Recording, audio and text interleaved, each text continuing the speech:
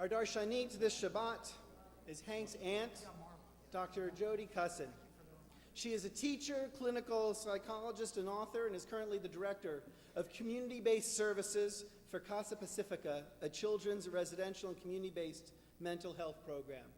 She's been involved in the community in a number of different ways throughout her career, teaching in a number of different institutions, both secular and Jewish, and her passion, both professionally and personal, in terms of her own interests, is that of the parent and child relationship and parenting in general, and she's the author of Catch Them Being Good, a guide to positive parenting. It is a pleasure to be able to share the Bima with her this morning. Shabbat Shalom. So we just heard beautifully read to us the parasha called Re'eh, which means see. It's kind of an unusual beginning to one of our Torah portions. A lot of our Torah portions start with speaking. So-and-so said to so-and-so, so-and-so listened to what so-and-so said. So we are usually paying attention to speech and hearing. And this Torah portion says see. So what is it that Moses wants us to see? What's the context? First of all, Moses is getting on with age. This is towards the end of his life, and he basically has a sense of what's going to happen. He's not going to be entering the promised land with the children of Israel. In the meantime, they've been wandering around for a long time, and the slave generation has pretty much been replaced by the new generation. And Moses is going to take the opportunity in kind of moving towards the end of this fifth book of the Torah to dispense with some advice to the children of Israel. And he does it in a fairly non-punitive, reflective way. Without saying, look, this is what I've learned from my life, take a lesson. He basically is saying, this is what I've learned from my life, take a lesson. And what he's really emphasizing here is that we have choice to make decisions. And what he says is, we can make decisions, and then consequences will follow. And from those consequences, we will either experience blessing or curse. From that perspective, he goes on to give us a set of rules and an infrastructure that we should consider, kind of broader than just the 10 commandments from the tablets, and goes on to really explain what those are. And as the rabbi was saying, a lot of those rules that he's teaching about and that he's explaining have to do with community and have to do with our responsibility to others. So in making decisions, he's suggesting we need to consider not just self.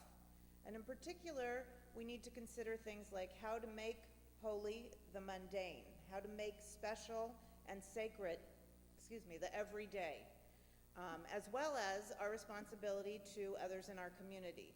And we don't wait for the poor to come to us to ask for help, but we set up a system as a whole to meet the needs of others who are less resourced. And it's all kind of spelled out, but in the end what he says is you're going to have to choose. This is individual choice. Which are you going to do, and what's it going to result in? And he's very specific about the fact that we will make decisions, and then there will be actions that are observable to others. So we have to think about the decisions we make. Moses himself has an interesting history of decision-making at pivotal moments, if you think about it. From a young age, he witnesses an overseer killing a slave, and his decision at that moment is he flees to the desert.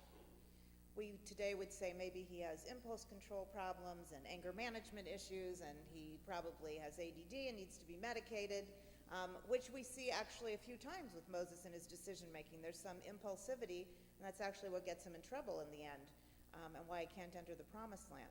But what happens? So he's at a decision-making point, and he goes to the desert. Is this blessing or is this curse?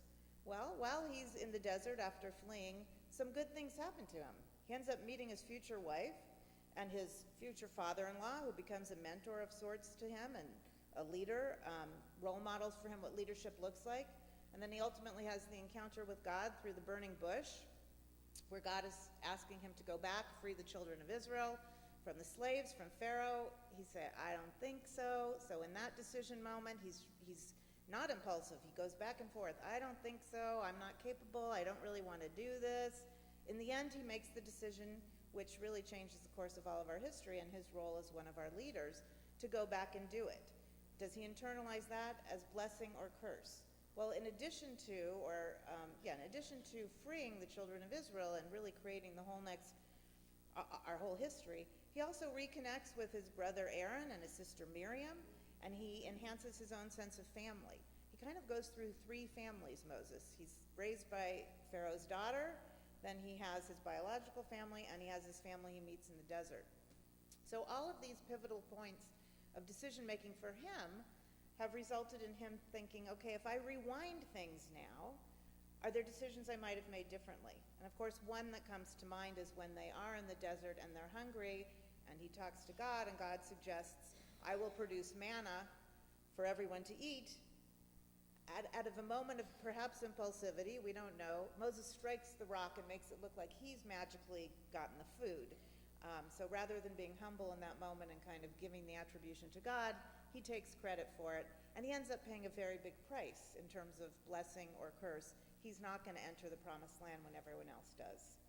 So what are some of our take-home messages? We make many decisions all day long. I thought this just came from the research, but my children told me this morning there's a car ad that suggests we have 35,000 decisions a day we make.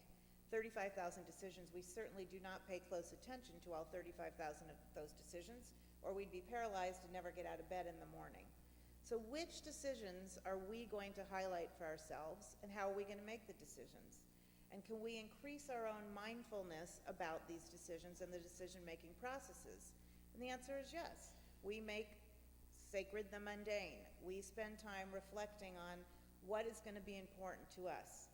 And maybe we do that within the context of some of the rules that Moses is talking about here. How does my decision impact others? How does my decision impact the community? There are times in our lives when we become paralyzed with some of our decisions.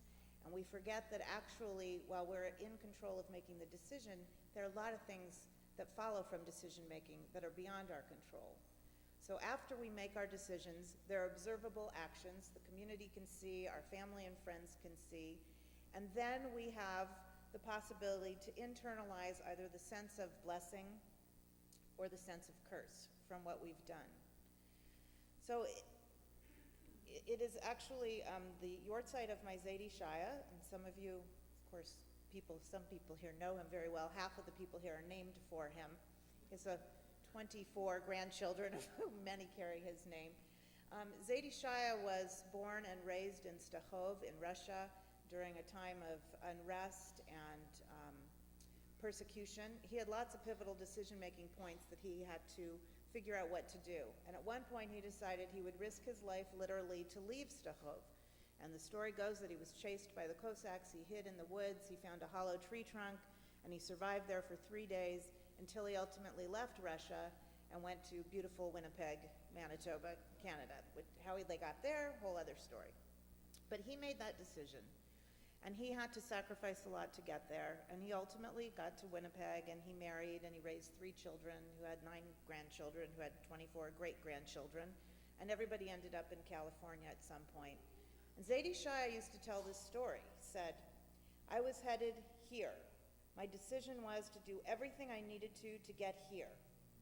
And all of a sudden in my life now, I realize I'm here. I don't know how I got here exactly. And he would pause, and he'd say, but you know what? Here is good. Here is good.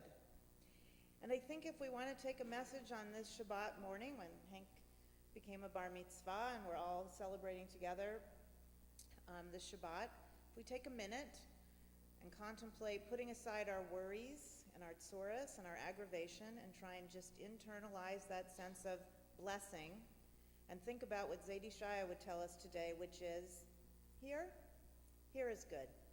Shabbat Shalom.